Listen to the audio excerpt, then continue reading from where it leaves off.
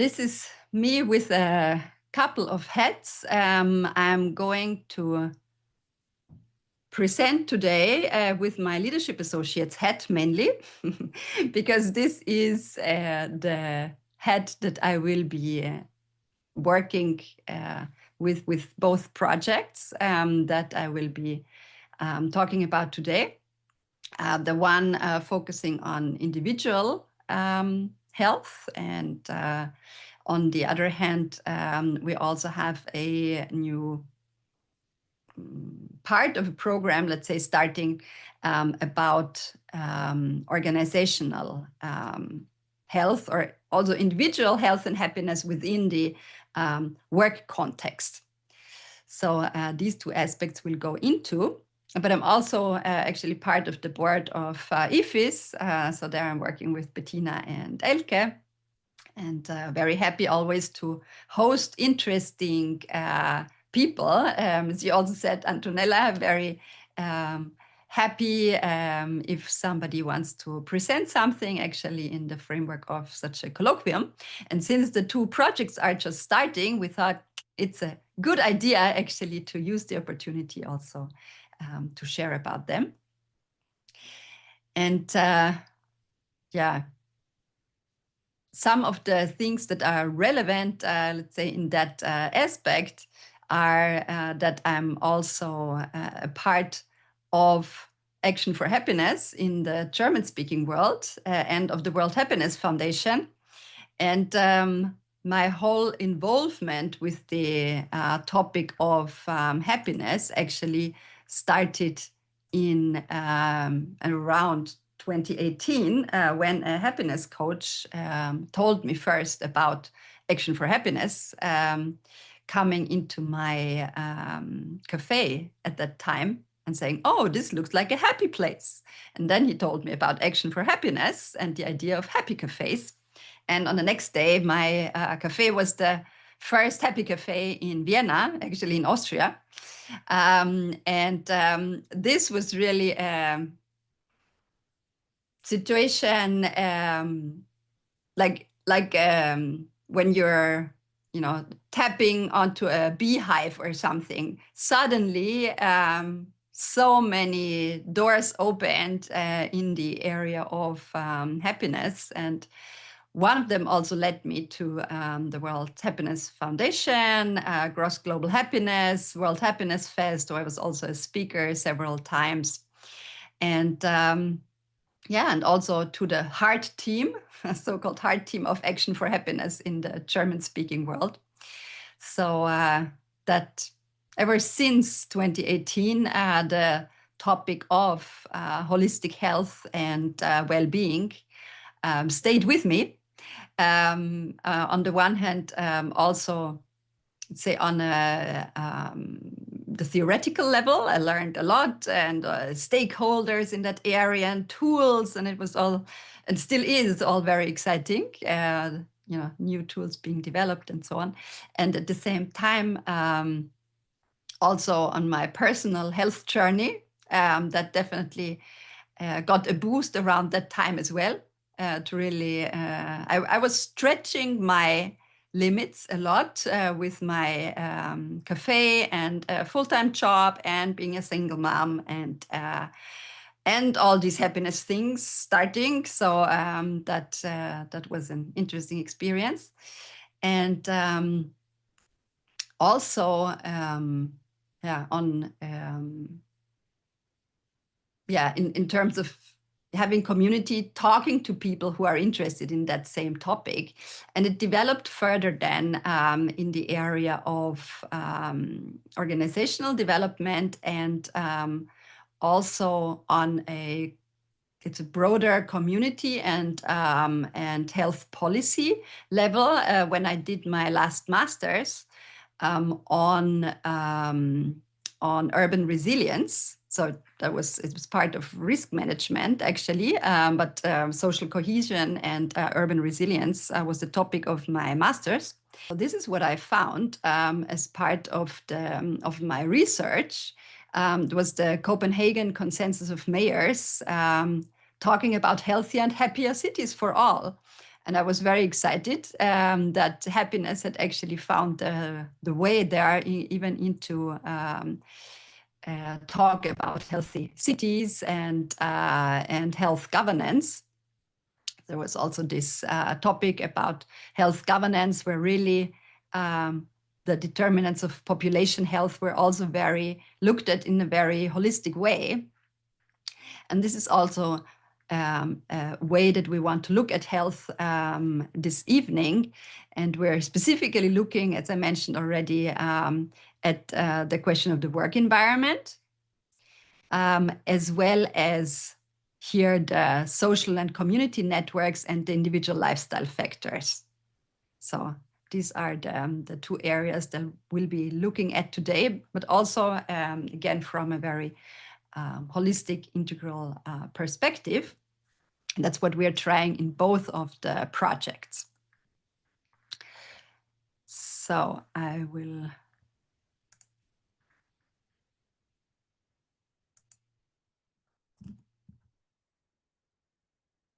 come,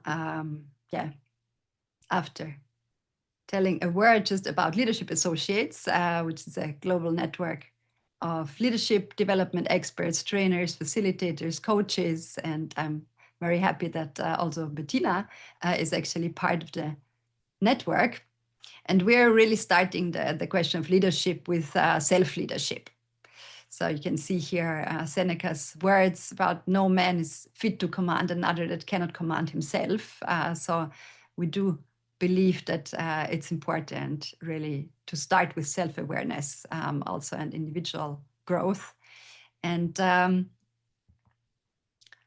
we're working on coaching, on team building, training programs in the area of leadership in a very broad sense, and also supporting systems, organizations, and leadership development, of course, is an important part of our program, and especially also women empowerment. So we have a lot of women from Women for Women programs also. And we also have a diversity, equity, inclusion, and belonging program, because we believe that is really a very important part, what was also mentioned during the check-ins, right, for many of you as well. And in that sense, bringing together the belonging aspect with the women empowerment, actually, our colleague Blanca had already started during the pandemic to have check-in sessions with women in her network. And when we had the opportunity through a grant, we said, okay, let's work on having a more sustainable solution that is also more supporting the relating aspect, because if you only meet once a month and don't have any chance to get in contact in between, that's really a shame. You can learn and grow together much more if you have the opportunity to check in more often, to share resources, and so on. So that's when we developed the Women Lead community, and many of you are part of that. And yeah, it's about sharing resources, peer exchange, and also peer coaching sessions that we offer there. And the idea is also to be really a playground for practice, for people, women in this case, to also maybe try out workshops, and in the case of the new project, also try out different habits around health. So we started actually with EU co-funding and Women Lead community through the ACE Leadership Development Program, which is a cooperation between Leadership Associates and the Institute for Integral Studies. It's a great opportunity for women leaders in the not-for-profit sectors to come together, exchange, and learn. So we have another offer in January in Vienna, and we're very much looking forward to that. So that was our first experience with Erasmus and the grants around that.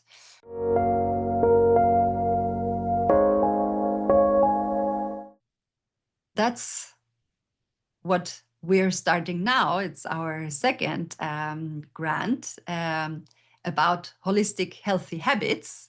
And we're very happy this time to collaborate with Yippie that Gabi already mentioned, and Action for Happiness in the German-speaking world. So really to focus there on positive psychology, also on bringing our communities closer together, supporting each other in developing our communities. But in the very focus, there is the objective really to empower women to build sustainable habits to support their both physical and mental well-being. And actually, we even go beyond that, and we'll come to that in a second. The specific focus there is on women in transitions. So this could be going into a job, getting out of a job, starting care work, could be a divorce, could be moving to a different country. So many different transitions that we live through during our life. And especially during these transition times, it's often difficult to keep up with our habits and also our habits around health. And especially in that time with increased stress, this is exactly where we would need them most. So we thought, let's see how we can support women, especially during these difficult times, to reestablish habits that now work in their new environment, or also throughout the transition, of course. It might be something different that is needed than usual. And it's not only about the learning, but also a lot about community and building accountability possibilities around these habits.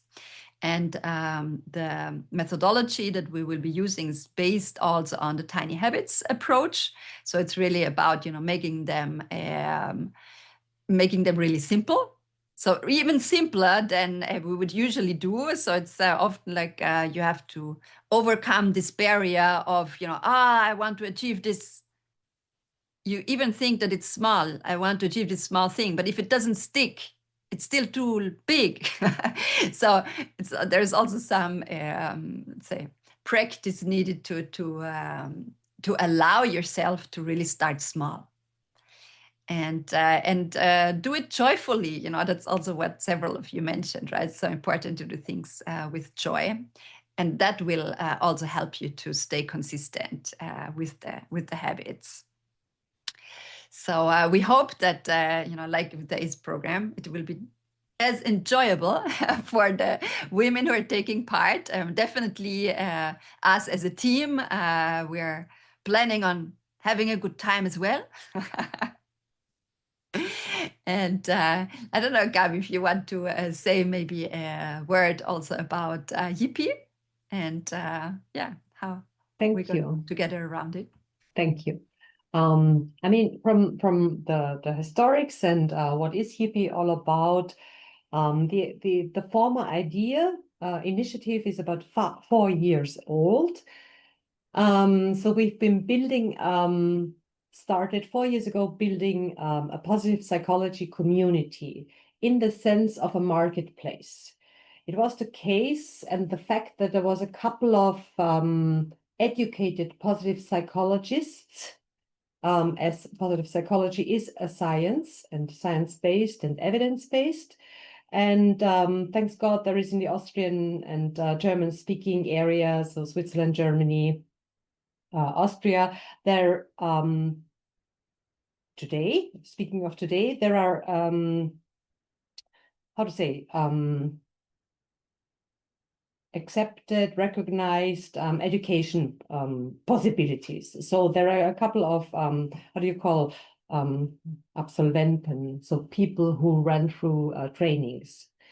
And this basis, people wanted to collaborate, wanted to do something with what they've learned, as not all of them have the possibility to apply positive psychology in work. Many people just assigned in courses as they wanted, and this brings us also to the project, learn something for their personal life. But we are lucky enough to also have a couple of experts on Yippie who are applying it in organizations, in the world of education, so really in schools, universities maybe, and other many sectors. So to make the story short, we are working together and consisting of nearly 400 members now on Yippie, both experts, educated people, meeting members, so interested people who want to learn how to live a fulfilled life of well-being, of flourishing, as we call it in positive psychology. And yeah, it's like a marketplace. And I would say 70% happening online, but we also do meet in person and making like positive Mondays, positive Thursdays, and such kind of meetings. So the target and the audience is definitely people who want to improve their well-being, who want to stay healthy and not to avoid sickness, which will make a difference. And yeah, and it was a perfect fit meeting Angelika and making a couple of initiatives already together. Also meeting via Action for Happiness, where I'm also training volunteer and member, and really supporting the idea of being a Glückaktivistin, so people who support and being ambassadors happiness for luck. activist, exactly. Okay, genau. So, and that was in a short story, which brought us together, and we thought we have the expertise, we thought we have target groups which can be embroadened still, and yeah, the idea of starting a project for women with a holistic approach of those three organizations being involved was born. Yeah, thank you, Gabi. Thank you. And actually, you can see Gabi and myself here on the picture. There, we are co-hosting Happiness Habits course, which is the name of the courses, 6 weeks courses that Action for Happiness has developed. So I put together a couple of spotlights here in terms of where the idea of the habits, already found some seeds, some soil, to grow on. And this 6 weeks course is also called Happiness Habits. So it's all about seeing where these important aspects that build happiness. And you can see here the 10 keys for a happier living from Action for Happiness. These the areas of gratitude, of purpose, of resilience, like where do we already find it in our life? So it's a lot about common reflection, and sharing, and also committing yourself. And that is a very important aspect actually of building habits, right? That you actually commit yourself, not only ideally towards yourself, but even to others. That helps us also stay with our habits.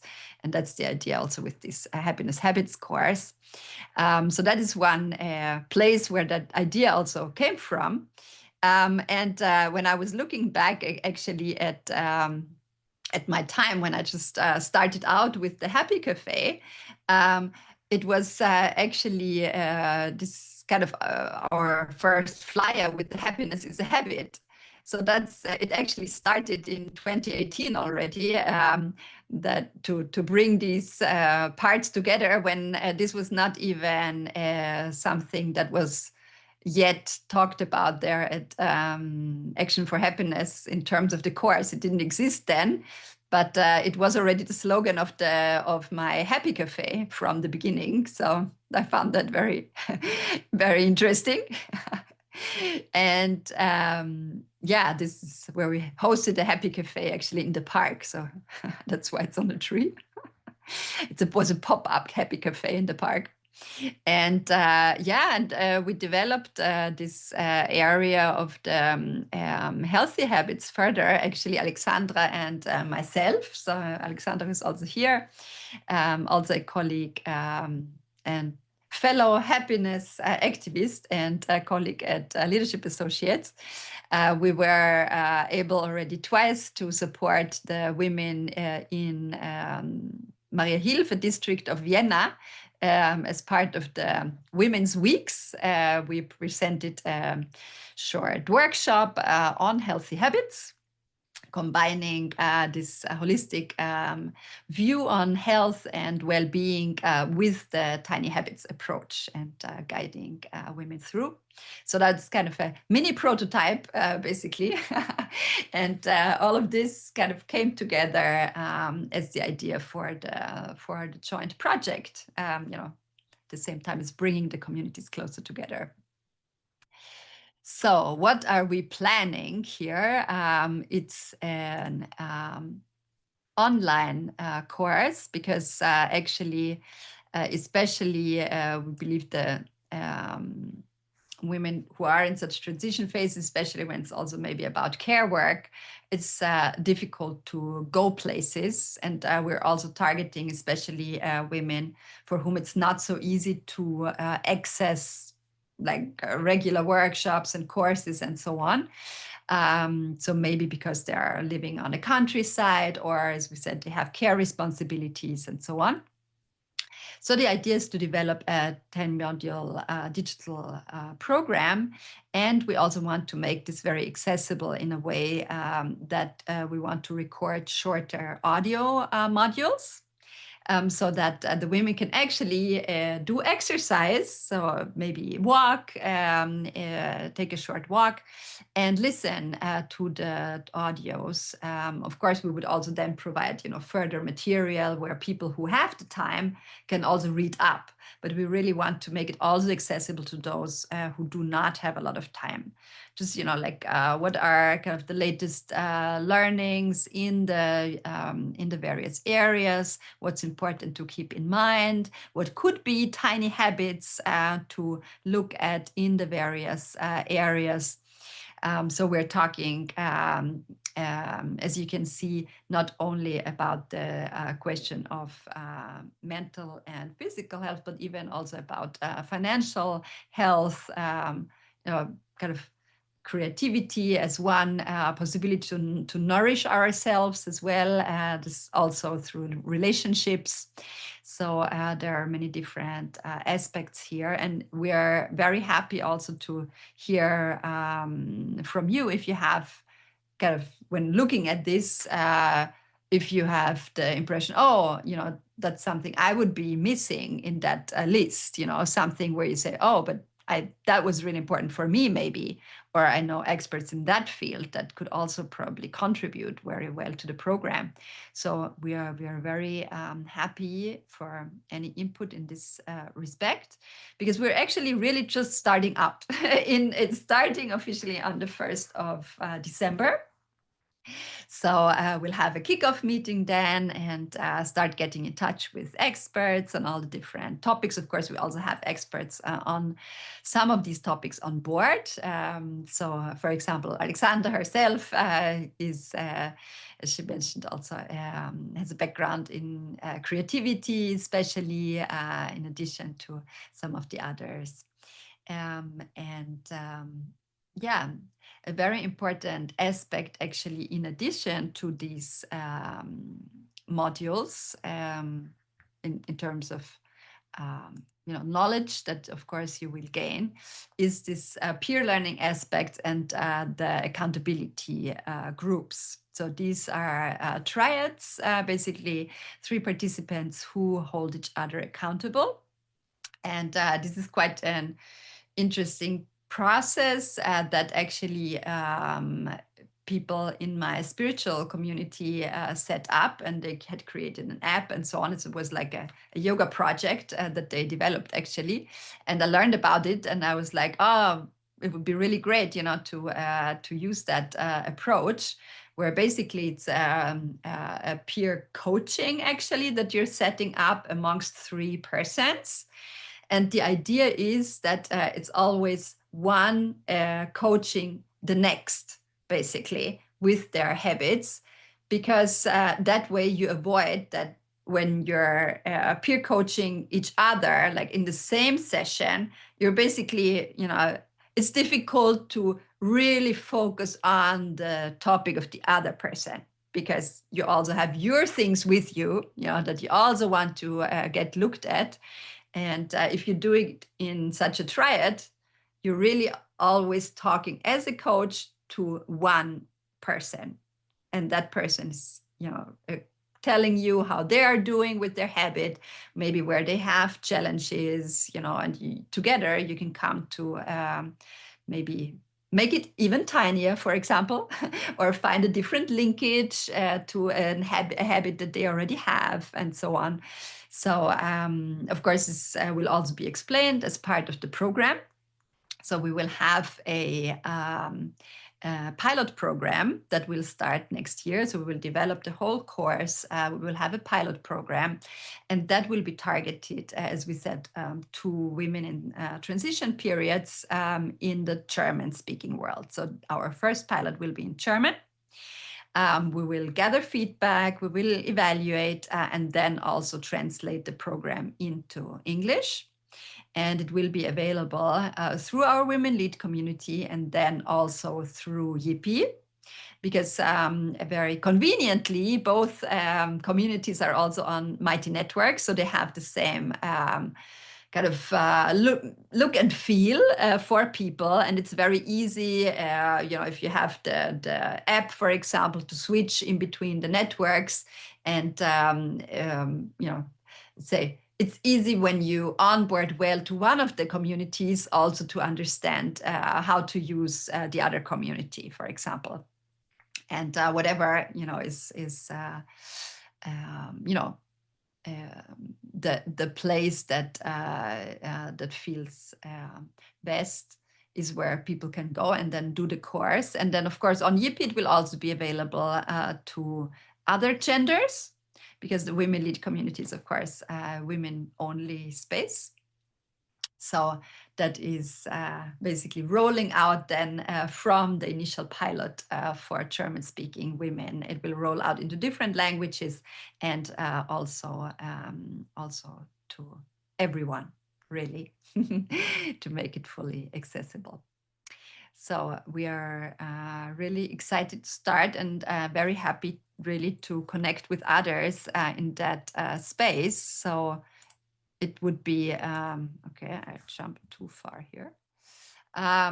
So we are super happy if there are any ideas suggesting experts maybe for some of the modules, or also just, providing input, because there will be, of course, one or say maximum two persons, I imagine, let's see, who will actually do the speaking, so it's also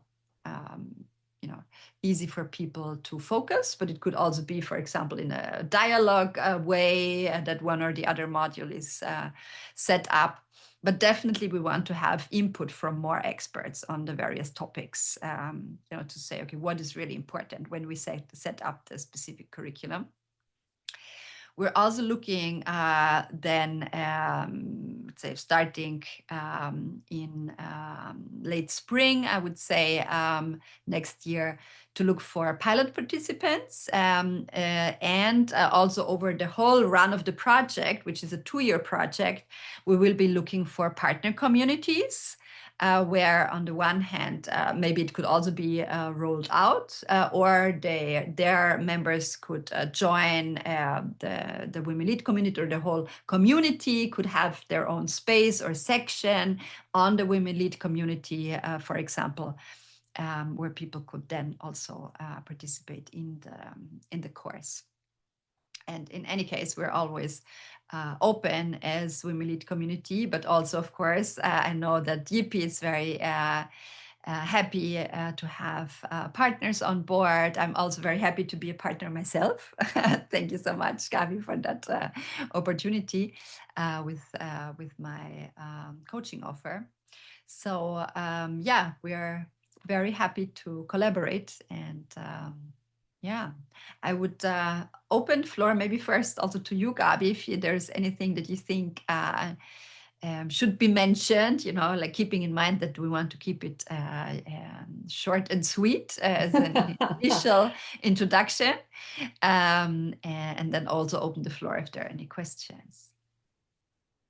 I mean, I think also I'm in the program, but I think you've given a very good outline.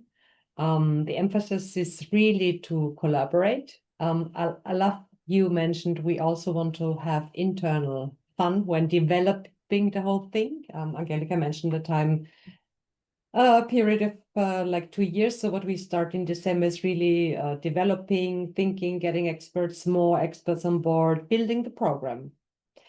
Then doing the pilot in spring, and in parallel, Angelika and me are program coordinators, leaders.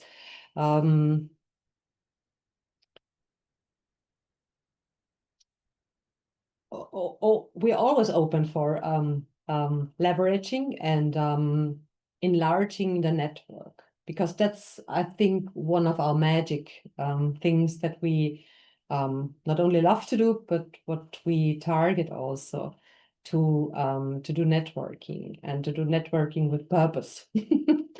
Yeah, we love to chat, of course, but it's really about project related, and I think there's a couple of things where you can dock on and relate and find people who are either interested to contribute or to participate. So yes, we are open. And the second thing, also emphasizing again, just repeating Angelika, is wherever you remarked, probably in the audience now, wherever you will onboard, you will find the course. So we really want to make sure that all involved communities, existing and enlarging, will have access, because accessibility is one of the keys, and the targets will also support the goals. That's it. Thank you, Gabi. So yeah, let's see if there are any questions maybe. Can either, of course, post them in chat, or just, open your mic if there is anything that you're specifically curious about, or any questions that you have at this moment. But of course, you can always contact both Gabi and myself. And I will also put into the chat, as I said, like most of you are part also of the Women Lead community. Bernd is not allowed to, I'm afraid. No. But yeah, please feel free also to share it with other women.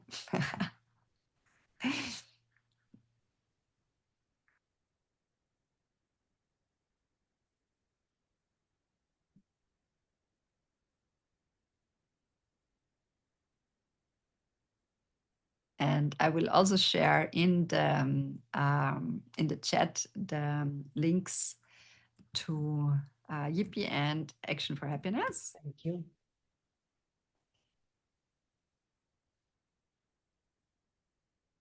So they're all here.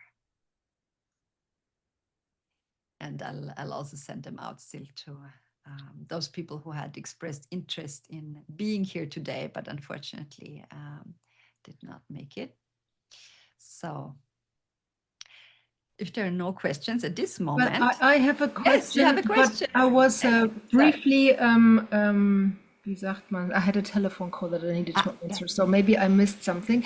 But since you mentioned this Copenhagen mayor's thing, I'm of course interested in the political impact. Yes. And how does this spread into the larger society? And could you say something more about, is there anything planned within your project, for example, or are there other initiatives like that one where these kinds of activities around health are gaining more traction? For example, I'm thinking of the Living Cities project by Marilyn Hamilton, or I think that could fit in there as well.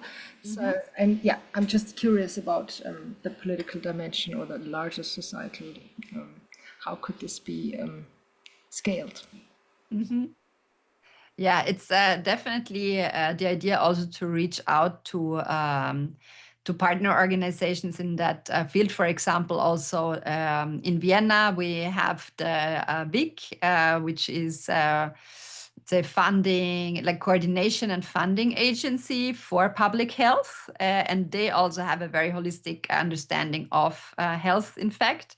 So happiness is actually specifically also mentioned on their website, and we'll also reach out to to partners like this, to also see with them, especially how we could reach target groups that do not usually have this access to, let's say, expensive workshops that would maybe also, be able to get them the information, at least, not of course possibly the accountability part. But that actually, interestingly, we had been talking to people working also in health literacy when Bernd and I went to Salzburg the other week. So there was a seminar on health policy and on health literacy. So there are more people in this field that we will also want to reach out to, because it's exactly also this like how to make it relatable to people, even on the one hand that it's important to take that time, for the self-care, and especially in such situations where you have the impression you don't have the time.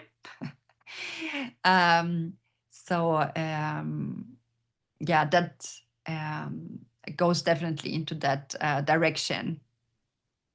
But of course, on the broader scale, this is,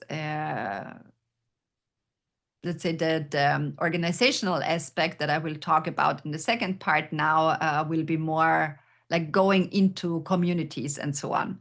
The individual one that I presented now, so it's basically a question of connecting also with public partners. And then on the other hand, one of the basically the impact that we do also expect is basically the spillover from the women taking part in these courses and building up their healthy habits to spill over into the communities, through them being part of their local communities, through the families and so on that they are part of. I don't know, Gabi, if there's anything you would like to add, maybe. Yes, I imagine everyone also. We emphasize it's a personal development, especially starting by yourself, of course. But as Angelika said, we are all part of a cell, if you wish. The smallest cell is the family, and then we go over neighbors, we go in our local communities and so on. Everyone is either working or in some other system, also those women we are targeting at. So this is also one idea that, for example, a woman wants to participate and she wants her employer to pay it. Just one idea. I mean, so employers will get knowledge of this. And this will not happen by coincidence, but we are thinking about people in different stages in their life cycle, important change and transition phases. So it automatically comes on the one side. On the other side, it must be part of the project planning to consider also where do those people stand, which connection do they have, which networks, and what could support the whole thing, so that it gets more reach out. Yeah. When I heard Angelika talking and asking you this, hearing the question simply, it automatically came into my mind. We are very well. Our network is broad, and I'm very much engaged in, or more and more engaged in schools with respects of teaching teachers. in positive psychology, in positive leadership, and so on. So, and majority, it is still the case. I'm also in gender and diversity things. It is the case that if in a leading position, so being a director of a school, it is female still. So we also have this part of branch, let's say, which we can connect to. It's just an addition, again, Angelika, which came to my mind now. Yeah. So And actually, as you were speaking, as you said, the outreach and visibility is one big component, actually, also of the project. And what we had discussed, for example, already initially, is that will definitely also reach out specifically to unemployment offices, for example. So there are programs also for women, of course, to specifically see when they are getting back to work, maybe after also taking care leave or so. But also in the broad sense, of course, these are women that are registered with the unemployment service that are often in such a transition period. So there is also a connection there to public services and public policy. Yeah. And again, our network is large. I'm still in the education, in my mind, in the education sector, positive education. There are initiatives really engaging with politics and systems in Austria, and really actively talking to people in the parliament, making them strong for a better future for children in the sense of education. And we are connected, so this is just another activity for them that they will be interested in. Yeah. Does this answer the question a little bit?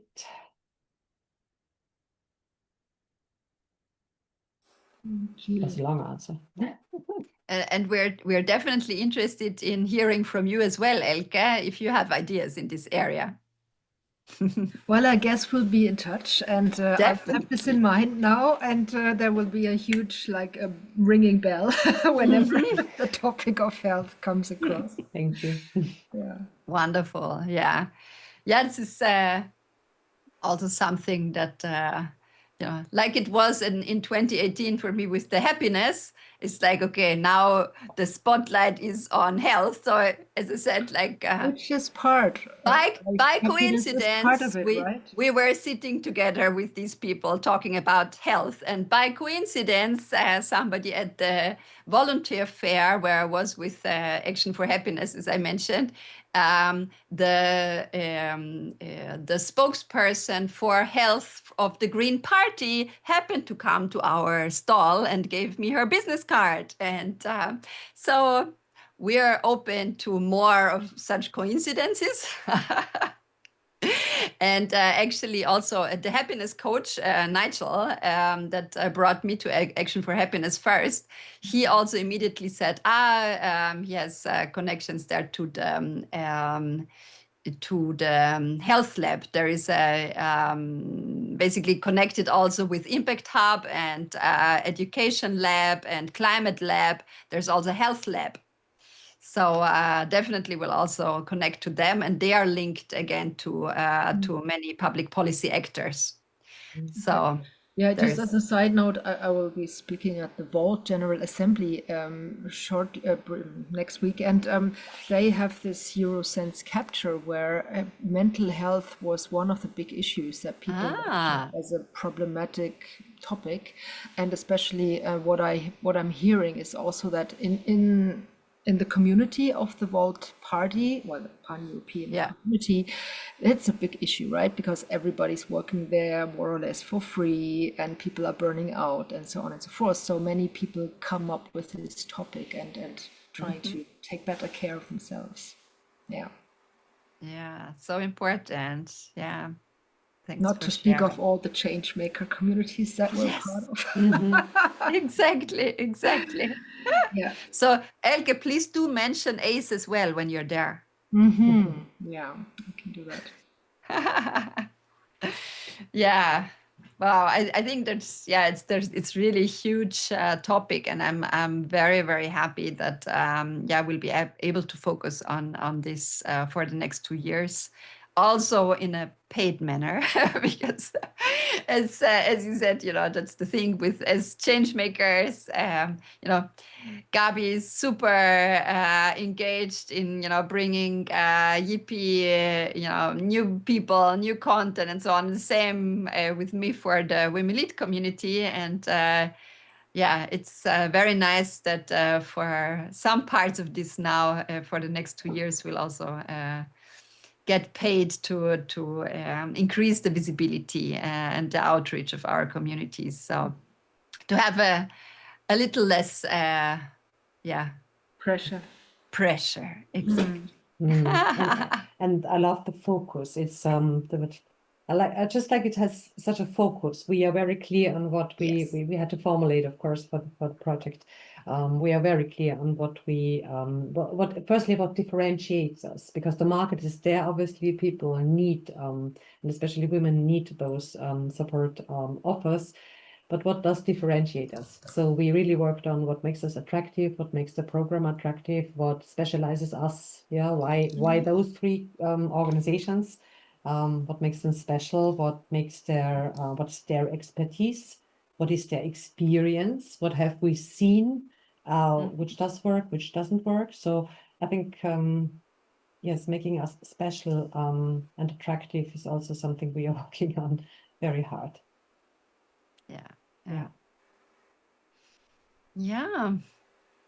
Well, thank you very much, Elke, for your question and for keeping eyes open. Same goes for everybody. Any connections that we see, that would be lovely. And actually, I would then transition now to the second part, basically, where we are looking more at the systems questions, but of course it all comes again still from the individuals, right? Because in the end, systems are also made up of their elements. And if we're looking at the workplace and happiness, it's the people who are working there.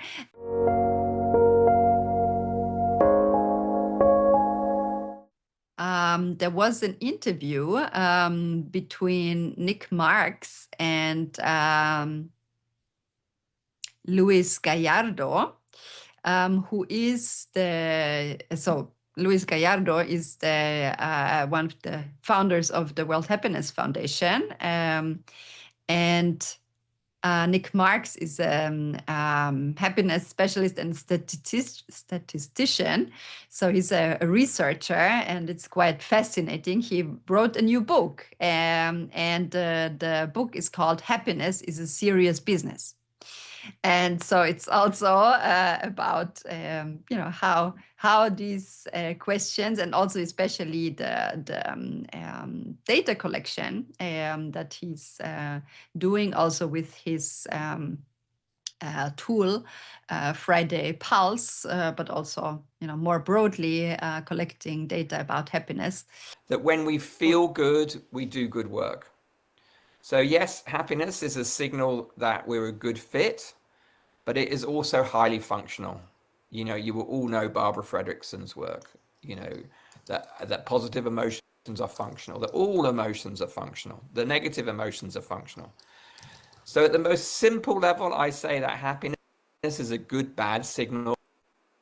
And as a statistician, I'm interested in capturing a signal statistically. But then in teams, it is the functionality of positive emotions that is where the magic is. That's where the magic is. It's in how they help us be more creative, more collaborative, all this great stuff. So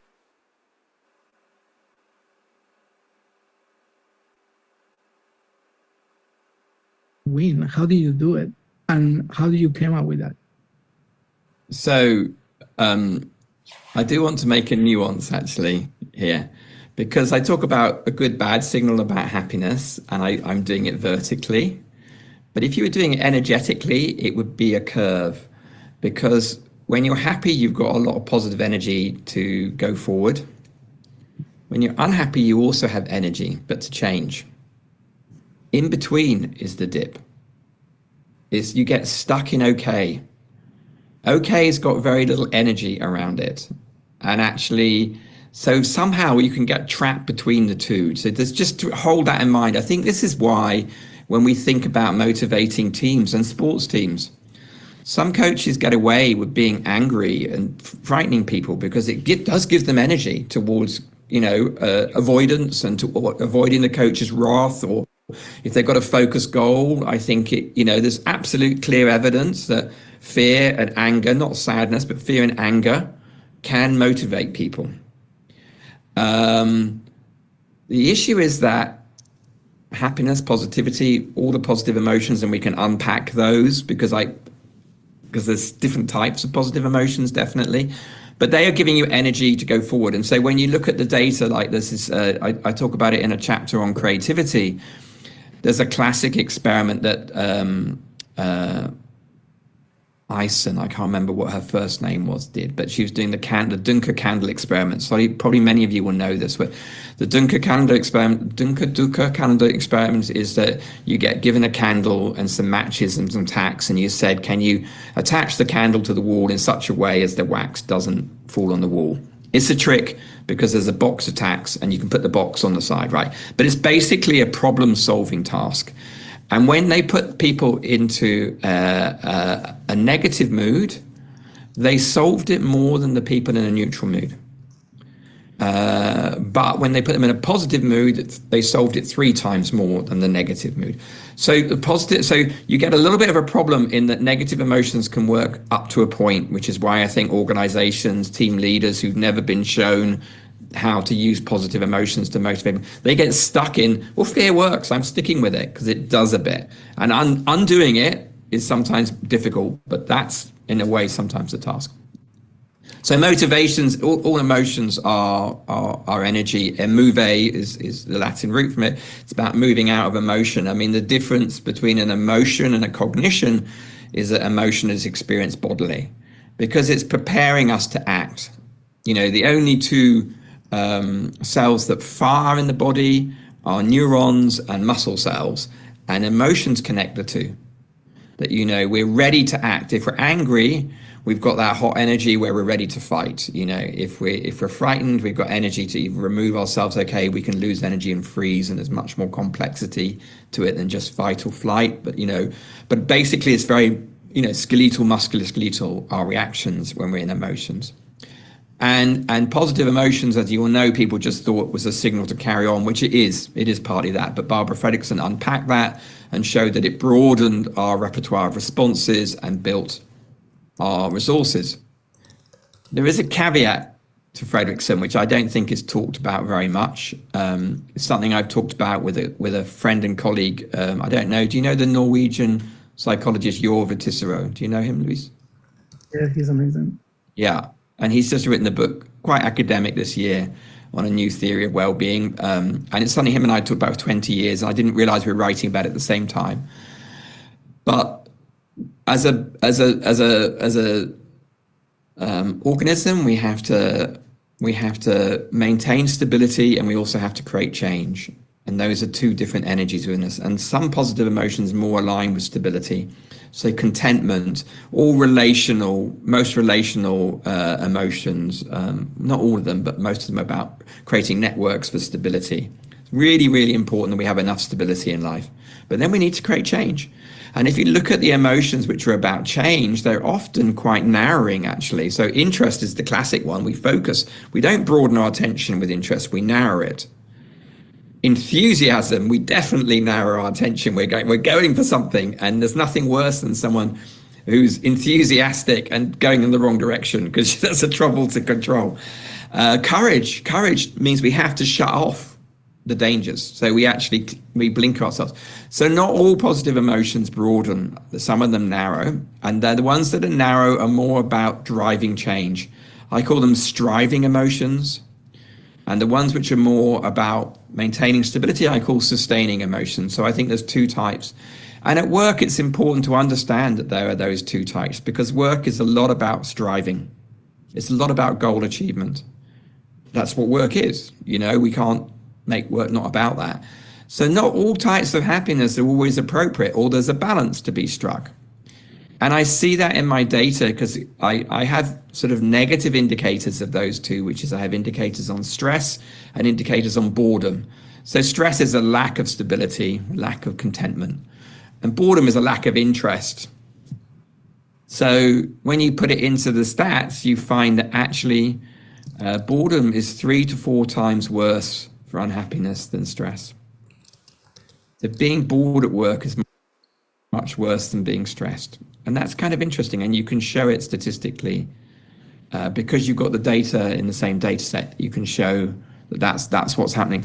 So that's the sort of thing I think that statistics and being a statistician starts bringing to the table is hard data on some things that we kind of know, but actually showing where they are. Yeah, I found that really fascinating. Especially we're talking really a lot about stress, right? And its effects. But then, yeah, it's very interesting that boredom actually is much worse. And it's also fascinating, what science is working on, and how much you can actually measure. And this is something that is also central actually to the framework that I want to present. It was developed by the World Happiness Foundation together with AENOR. This is Luis. He's said kind of the father of the World Happiness Foundation, but also the World Happiness Academy. So here, this is actually part of the Chief Wellbeing Officer certification. It was that interview. And the CBL, what it's called, Certificación de Bienestar Laboral. So this is the actual name and the only official name so far, because it only exists in Spanish so far. And I took the course to be certified consultant for this new framework that was, as mentioned, developed by the foundation together with AENOR. And I'll quickly let you know a little bit about these, because yeah, they're not so well known, maybe, especially in our area. So the idea is really that to bring together like this aspect of the well-being of individuals, also with the question of business success, and to create a standard for this that organizations can actually apply for. It's an excellency model, and yeah, I'll explain a bit about that and how this is also very holistic in the way it approaches health and well-being. And yeah, here you see also Luis as part of the global happiness movement, and Raul, he's the CEO actually of the especially Spanish-speaking part, also of the foundation. And the foundation is also advocating really for 2 UN resolutions that are in this area. And what I especially love is that common goal that everybody has, not only part of the foundation, but I see it very broadly that, of course, also Yippie, Action for Happiness, and so on have this common goal in the end. It's the 10 billion happy by 2050. And this is, I really like that moonshot because it's very concrete, and it is a moonshot. But it goes exactly into that direction of, having a thriving world, right, that we're working on at different levels. So I'm very happy to work with them. And AENOR is actually a global organization, standardization and auditing, but they're also providing training in the area of the different standards. And yeah, they're working, let's say, with all the classical standards, but also then including, for example, diversity and other ones that are more in the area of regenerative and inclusive future.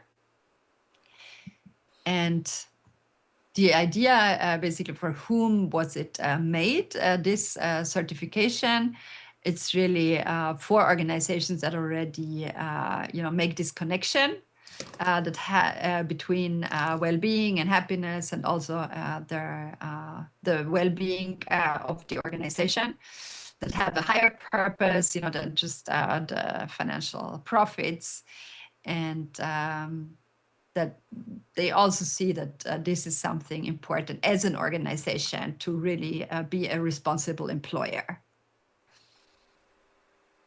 And I really like that model that they showed with the needs pyramid, also of Maslow, showing that this actually applies also to organizations, kind of what they're catering for. And yeah, this is what I tried to get rid of with AI. Didn't work so very well, because I thought, well, we can also figure that out ourselves, I think. So this is the please participate now section. So yeah, of course, meeting the basic needs, at that level, the organizations do not really care about the question of happiness. So it's rather, okay, well, we give people a job, so they should be happy that they get a job, and at least they can, buy something to eat and have housing over, to stay. I'm just thinking about the Soviet Union as an example, which is, well, not in place anymore, but they had a very, holistic, in a way, approach or ambition to provide for basic needs, right? I was just thinking, well, which organization is catering for basic needs? And it was the Soviet style, I don't know, employers, factories, and then they sometimes provided housing. They provided all sorts of very basic things. Yes, so just as a thought. Yeah. It's not common anymore. Yeah. More liberal settings. Mm-hmm. Very true. I think probably at that there are in some of the parts probably the safety, so the kind of, okay, there is stability around, okay, I will keep on employing people, so there, I think that that additional social aspect was probably there as well, I suppose.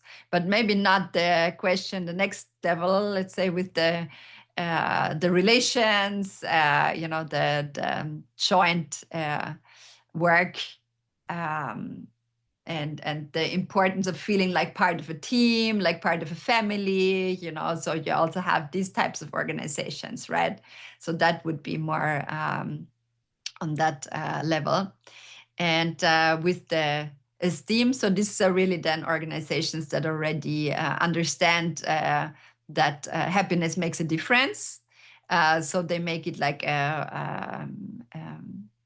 one of their priorities on the HR side. But then when we come to the level of self-actualization, this is really where they clearly see the benefit also for the organization as such. So it's part of the strategy, overall strategy, to care for the well-being of the employees, and not only of the employees actually, but also going beyond their employees only. So there is a different levels one can look at, and that kind of mirrors the different levels that are also foreseen, the levels of excellence in the model. So there is like the standard, so to speak, and this is, let's say, the more classical. Okay, we're starting to understand that the factors that contribute to happiness is something that we also want to include in our work. And then at the second level, at the excellence level, this is really where, okay, it's a priority. With the, say, high-performing organizations, this is kind of where it's really part of the strategy, and it's continuously being also measured. So they're interested in seeing how does it impact actually also our relationship, for example, not only with the employees, but also with the suppliers, with the community that we're working in, and with society at large. So that's, again, a different level.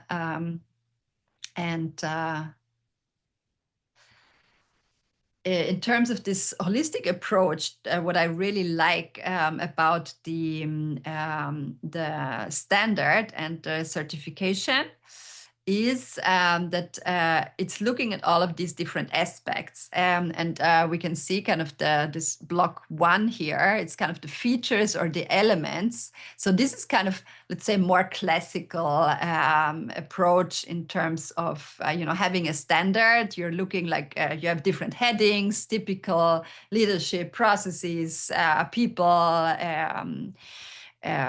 strategies you have here as well. And I like that it also goes hand in hand also with the culture very clearly. And you also have this part of innovation and creativity. So that was also something that Nick Marks was talking about, right? It's also a question of what type of emotions, and also happy emotions, are actually good for this area, and how can you also, of course, support this structurally, because this is, of course, all not only about the individuals, but also about the structures, and how do we support happiness in the organization and beyond.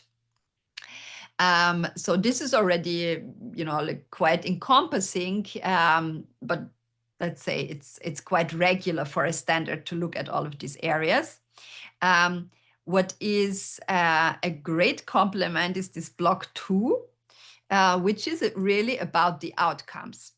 So one of the things that you have to do if you do want to get that certification is you have to consistently measure. So all of these areas, you have to be able to demonstrate that what you're doing also makes sense. If it doesn't make sense, and you have to find out because you're measuring, then you have to change your strategy. So I really like that it doesn't, get stuck at most of the management system standards, which basically just tell you, if you're looking at quality management or, for example, okay, I have a management system. Yes, the system works, and that's great, but actually it doesn't say anything about the product, about, how people are feeling in that organization or anything like that. And here, this certification really requires you to measure, and to measure very specific things, and then learn from that. So we already have, of course, the question of, say, the collaborator. So that these are the employees actually, but of course they could have different status. So there are short-term and temporary and so on. So it's called collaborators, and their relatives. So we're looking already there at the families as well. And also what impact, for example, the work has then directly on the family members. We're looking at the suppliers. We're looking at the community and the environment. So it's also, for example, a question of how often do you go out as an organization and talk about what you're doing to the community? How open are you in receiving people from the community into your workforce, for example? So also the question of diversity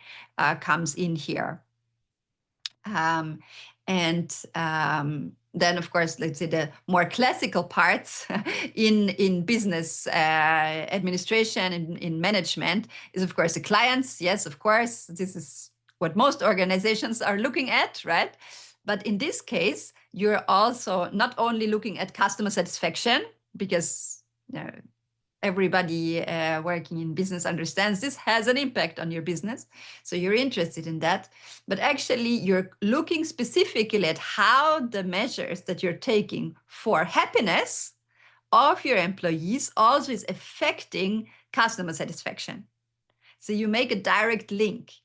And that also means that you can basically, by demonstrating that and being an example, this goes into the direction, Elke, what you were asking, like how can you also bring that to society at large? How can you affect policy changes there?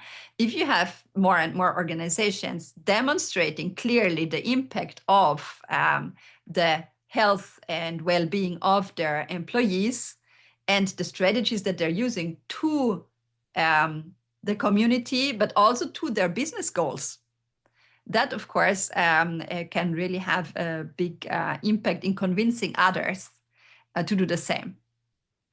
That are maybe now still only looking at the client satisfaction, at the customer satisfaction, and at the business goals. But by demonstrating these clear links and collecting data that also even has to be shared as part of the if you really want to reach the highest excellency level, it's a lot is also about communication to all of these stakeholders and also to the public about what you're doing. So that there is the idea also of having that bigger ripple effect if an organization is taking that certification. So this is really a very interesting and comprehensive model there. And maybe I'll take questions in case you have any already at this moment, before going also into the benefits for the organizations that can already be demonstrated on a general level, let's say.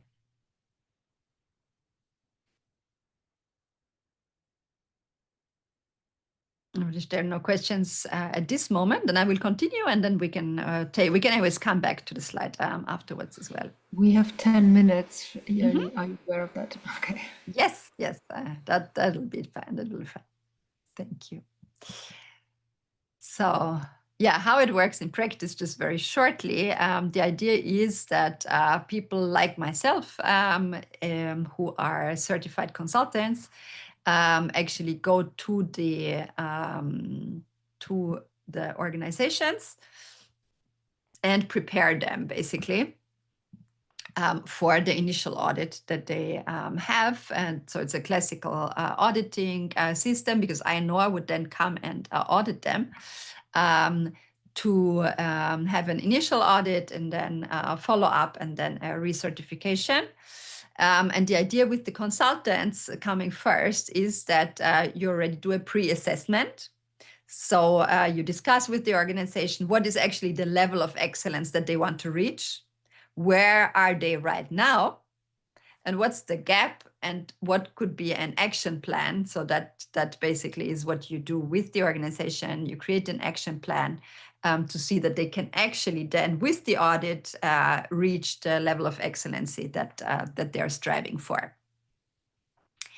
And then comes the official certification with the auditor from AENOR.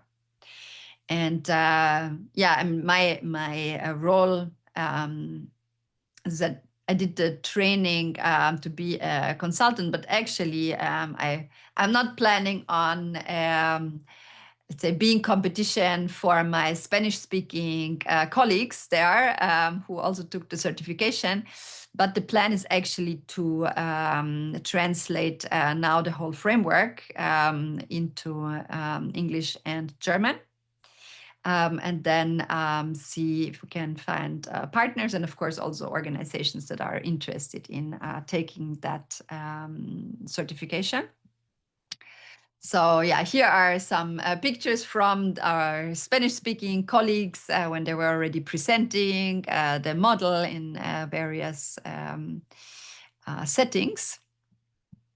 And yeah, it's very clear actually the advantages that organizations can have from happier employees. So this is something, of course, that we're also presenting, when presenting the model. It's in terms of productivity, retention rates, of course, lower rotation rates. I think this is all very specific and clear, especially to HR and innovation people. But actually, I find these ones even more interesting, let's say, on a general level when speaking to people who are not directly in HR.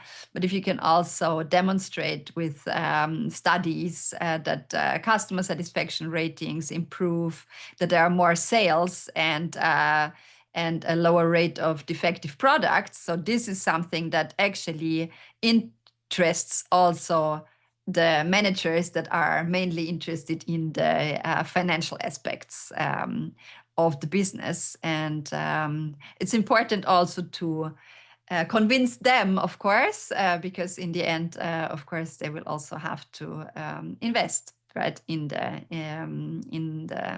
programs promoting happiness of their employees, and hopefully also into the certification. So there is lots of benefits. We already said, of course, you have all these benefits in general as an organization, but in addition, if doing the certification, of course, you have evidence that you're collecting as part actually of the certification that you can demonstrate. You also have a clear commitment to continuous improvement that is helpful to be able to demonstrate to all stakeholders. It's of course a branding benefit as well, especially also when we're looking at employment market where it's difficult to attract maybe a really good talent and especially keep it because people are not so much used anymore that, okay, they are starting in one organization, they stay with it for the rest of their lives. If it's not attractive to them, especially talent will leave.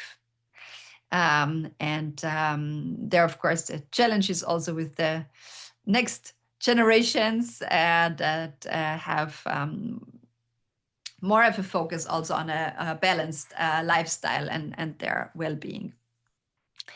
So there's a lot of different benefits also to become a role model, especially for those that are starting now with the certification as we're just getting started. And yeah, that is already the end of the, let's say, official presentation that also the colleagues in the Spanish-speaking world are giving in Spanish, obviously. But in addition to that, I would like to invite again to engage here. On the one hand, also suggesting well-being and measurement tools.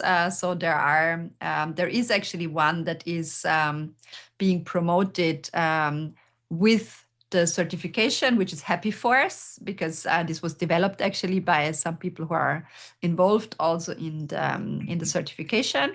So this is a kind of quick pulse where you can measure the well-being of the employees.